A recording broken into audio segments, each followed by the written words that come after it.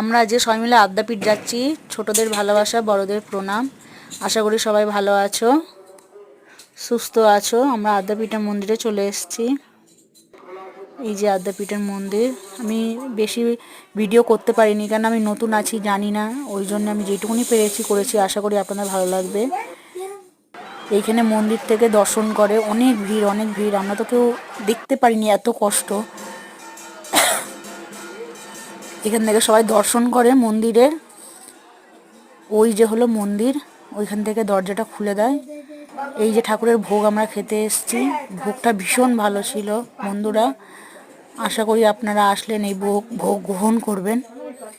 তারপরে এসছি আমরা চিড়িয়াখানায়, নিকো পার্কের সামনে, যে ইকো পার্কের সামনে যেটা চিড়িয়াখানা হয়েছে, ওইখানটা আমরা এসছি বাচ্চাদেরকে নিয়ে।